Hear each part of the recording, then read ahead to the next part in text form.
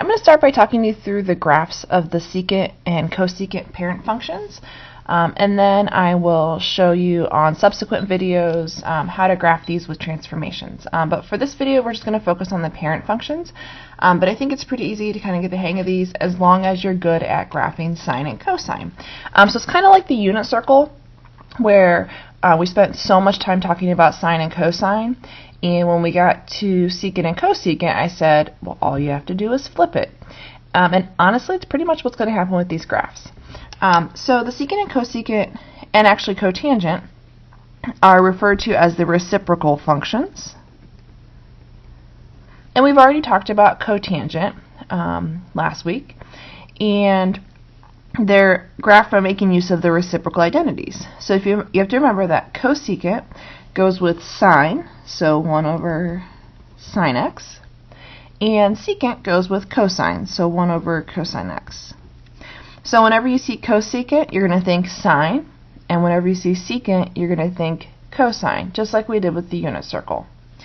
So for example, the value of the cosecant function at any given number x equals the reciprocal of the corresponding value to the sine function, which basically means, like, if you graph something, and so say for example sine at pi over 2 is 1, okay, which we know is true.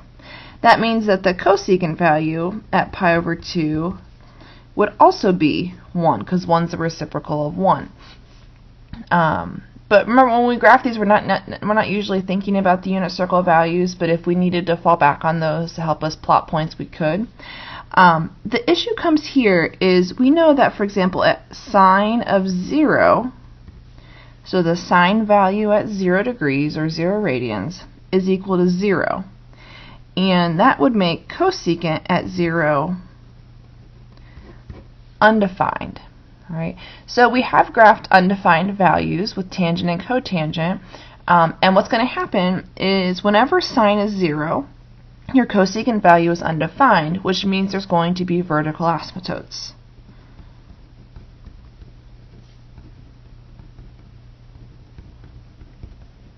So these are kind of fun to draw. All right. So to graph cosecant, what you're going to do, I put some steps here below, and this is really important, so you're going to fall back on this every time. So if you graph cosecant, the first thing you're going to do is graph sine of x. Alright, so let's take care of that.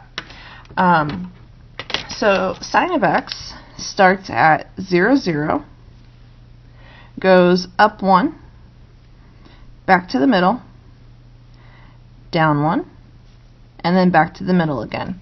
And because cosecant is based on sine, it's going to have the same period as the parent sine function. So this fourth tick mark is still going to be 2 pi. Right, so the period is going to be 2 pi. That does not change. I'm going to draw in some more. I'm going to continue this pattern to the right. So up, middle, down, middle. And I'm going to go back this way as well. And if you want to connect those, you can, but I'm going to tell you, it might make your graph look a little messy here in a second. So even though those are the key points, let me zoom in here a little bit for you. So even though those are the key points for sine, they're going to end up being our key points for cosecant as well.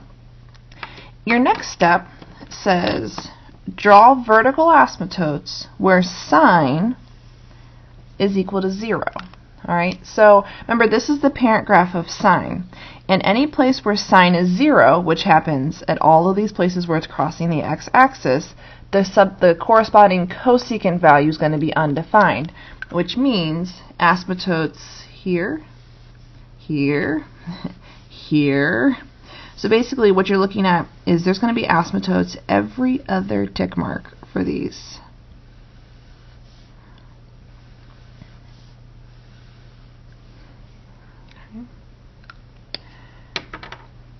And your last step here is to draw the cosecant curves. So what's going to happen is every point that's up at +1. We talked over here that whoops, you can't see that. When sine is 1, cosecant is also 1. So these graphs are going to share this point.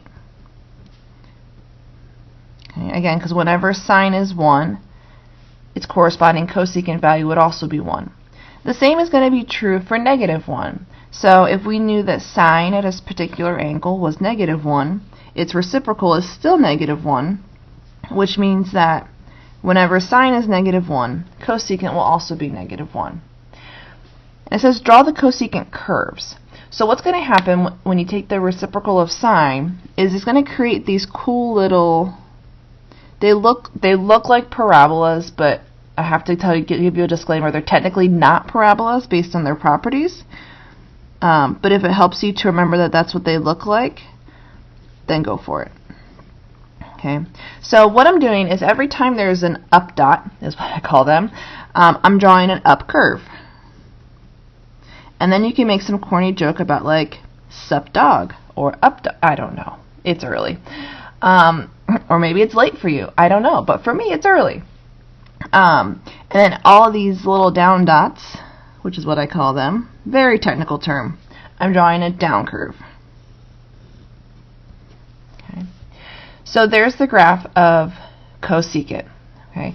And where it was built on, remember, is this sine graph, this parent sine graph that existed on these little green dots before I covered them up.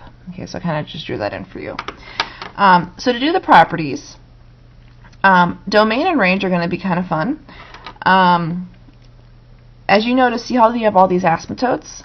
We're going to write domain for this the same way that we wrote domain for tangent and cotangent, where you're going to do all real numbers, except x cannot equal, and what you're going to put here is whatever your first asymptote is.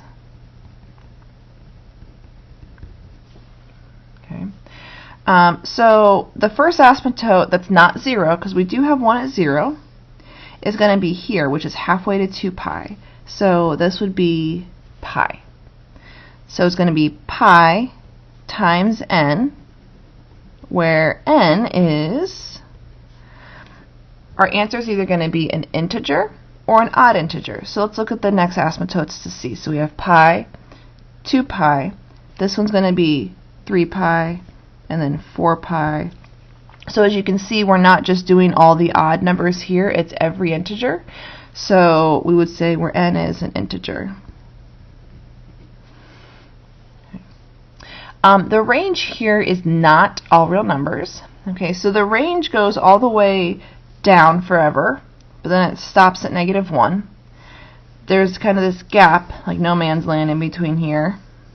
And then it picks back up here at 1 and goes up forever. So the way you're going to write that is, since it goes down forever, we're going to start with -infinity, put a round parenthesis, comma, because round parenthesis means it's not actually equal to -infinity, it just goes, it approaches it, up to -1, but it does actually equal -1, so you're going to put a square bracket there, a u, to show there's a union, so two different parts of this range, and then the graph picks back up again at 1.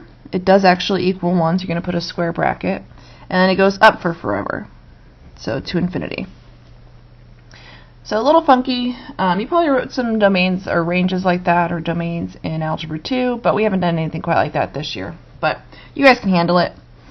And then amplitude, remember, is the tangible height of your wave. So from the midline to a high point, or a midline to the low point. That doesn't really occur here. These graphs go forever up and forever down. So amplitude doesn't apply here. I'm going to walk you through secant now. Now secant is pretty much the exact same thing, except we start with cosine. So we'll do this one, and then I'll show you some examples that have some transformations in them. Okay, so remember for cosecant, see down here it says the first thing you want to do is graph cosine of x. Alright, so again it's secant, and secant goes with cosine. So remember your cosine starts at your high point, goes middle, low, middle, high. Alright, so and that would be at 2 pi. I'm going to continue that pattern in both directions.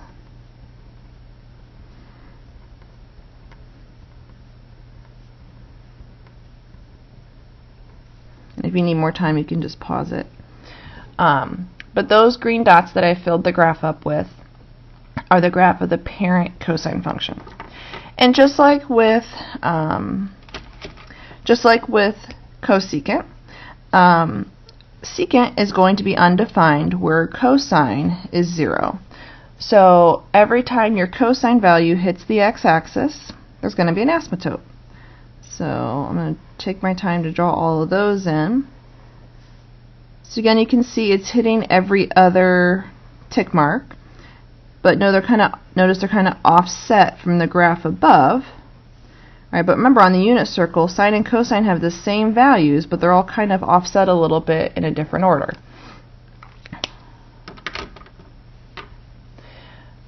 Right, so that's what that one looks like. And then the last part we're going to draw are secant curves. Okay, so really these are essentially the same, except for how you start. You're either going to start with your parent sine or your parent cosine function. So all the up dots get an up curve.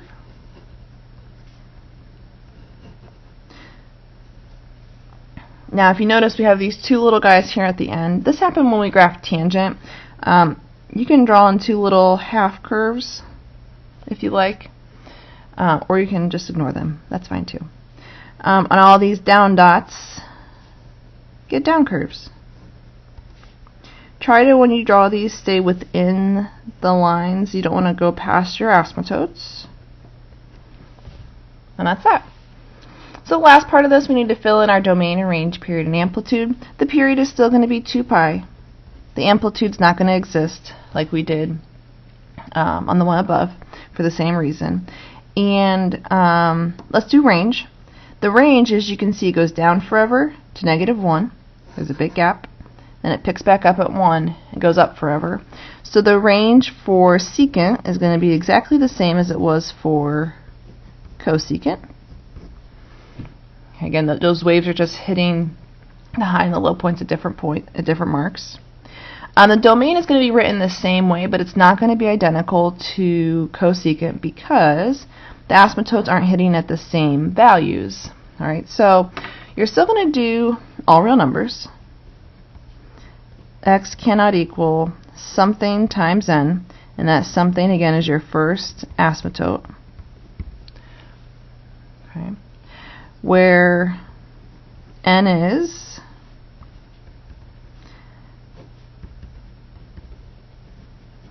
so it's just like tangent, where we're going to, the first asymptote, and then n is either going to be an integer or an odd integer. So let's see. This fourth tick mark right here is 2 pi, which means the halfway mark would be pi, and then half of that would be pi over 2. Alright, so our first asymptote's at pi over 2. I'm going to fill that in there. And then our next asymptote, if each tick mark is a half, 1, 1.5, which would be 3 pi over 2. See how I jumped from 1 pi over 2 to 3 pi over 2? That's your indication that you're going to multiply this by every odd integer. And you can keep going, but this next one would be 5 pi over 2, and then 7 pi over 2. So that's your asymptotes are occurring at all of the odd integers times whatever your first asymptote is. Alright, so watch some of the next videos if you want to, so you can see how to do these with transformations.